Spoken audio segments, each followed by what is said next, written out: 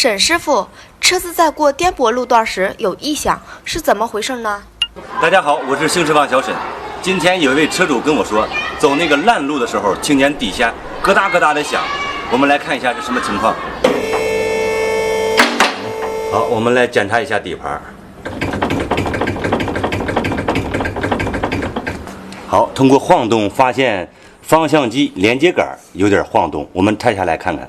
今天我们所要用到的工具有电焊机、手刹轮、磨片、切片10个13的小套腿、快速扳手、一字螺丝刀一把。我们首先要把这个方向机连接杆的这个螺栓、横穿丝螺栓拆掉，把方向机螺栓拆掉。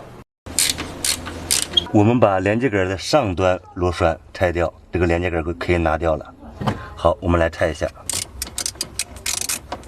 上下端的螺丝都拆掉了，我们把这个连接杆给从里边掏出来啊。好，我们拆下来以后，看到这个转向连接杆的十字轴完全损坏，就是它造成的原因。由于这个车是东风小康 K07S 上的，买这个配件比较贵，我们用50这个连接杆给它改装一下，连接上去。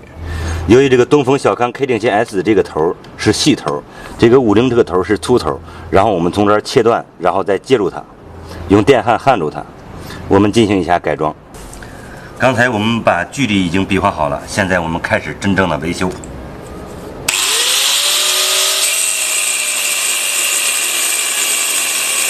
好，我们把所需要的上半部分和下半部分进行焊接。在焊接之前，我们要进行一次打磨，然后再焊接。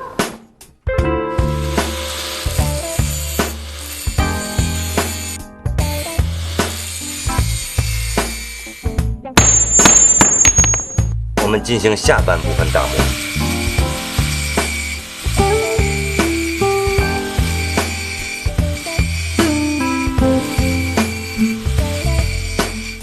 这样对焊。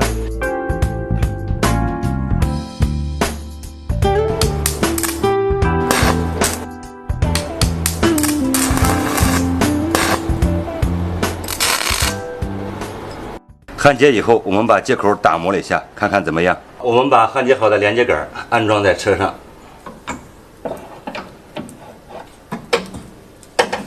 好，我们装回所有螺丝。好，安装好连接杆后，我们换一下轮胎。现在间隙全部消失，恢复正常。出现这种情况的主要原因是原地打方向造成的这种后果。我们尽量避免这种不良习惯。本期节目到此就结束了，大家有什么问题和建议，在屏幕下方留言。咱们下期再见。